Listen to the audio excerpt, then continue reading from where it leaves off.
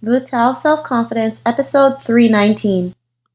Welcome to the Tao of Self-Confidence, where I share stories of amazing women who have discovered their inner journey to self-confidence.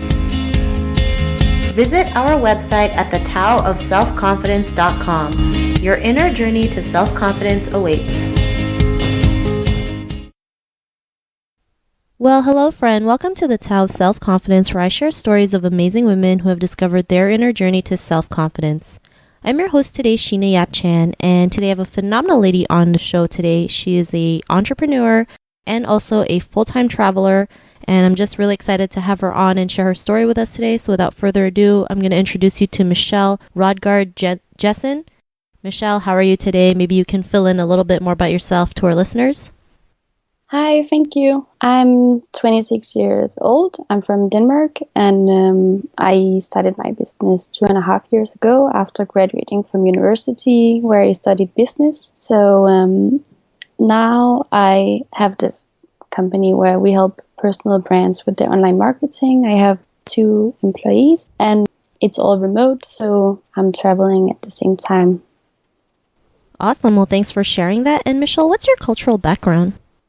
Well, my dad is from Denmark, but my mom is Taiwanese, but she actually grew up in Brazil, so she's a bit of a cultural mess. And I was born and raised in Denmark, so I feel pretty Danish, but I look more Chinese, so yeah. Awesome. Well, thanks for sharing that. It's quite a background, part Denmark, part Danish, part Denmark, part Danish, part Taiwanese, but your mom grew up in Brazil and you're now in Denmark. So, yeah. All right, cool. Yeah. I got that all covered. Thanks for sharing that. And Michelle, what would be your favorite self-confidence quote? Yeah, I know it might sound a little weird, but it's actually fake it till you make it, because that's what's really helped me. That's a great quote. And I know some people have like a negative connotation to that quote, but sometimes it's how you see it, right? I mean, if there's something that you want to be, you kind of you emulate it until it becomes real. And I'm sure that's how you see it, right? Just like you emulate that person or that being that you want to be in it, and it comes to life because your mind can't tell the difference between what's real and what's not. So if you want to be a singer, you're faking it to be a singer, and it comes to life, then you're like training your brain to be that singer. So great quote that you mentioned. And in your own words, how would you define self-confidence? I think it's just a matter of like having like a basic belief in your own capabilities, actually. I totally agree with that. I mean, I think it's knowing that you're capable to do something, even if you have no clue what you're doing, right? Because when then you're capable of figuring it out. Yeah, so I mean, do it. I mean, like even if you start a business, you're not gonna know what to do, but you have it in you to figure it out, and you're capable enough to go ahead and do it regardless of the mistakes you make. So that's a great definition that you mentioned. And Michelle, what was your life like before your discovery of self-confidence? Well, I'm not gonna say that I'm completely self-confident at all by now, but it's better than before, because I used to doubt myself a lot, and I always thought like, no, I can't do this because I'm not that kind of person who's capable of doing that, and like it was this vicious circle and very destructive, always thinking that other people were like better and more capable of doing things. Thanks for sharing that. And I think that's something most women can relate to. I know I can. I used to think that, I was nobody special. Who's going to listen to me, or who's going to even want to talk to me? There's better people out there who can do it. And, these are just, things that go through our head, right? Because we feel like we're not enough, or we're not worthy, or we don't deserve the life that we want to live, which really is the total opposite. Like, we are enough, we are worthy, we can go and live the life that we want. And, what was that point in your life when you finally realized, that you had the capability to live the life that you have now? What was that aha moment?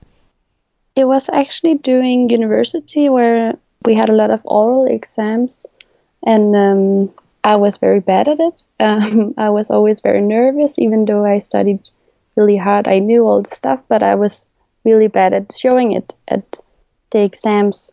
So then I think my aha moment was that I thought like, okay, if I can't convince myself that I actually know this, how am I ever gonna convince other people that I do?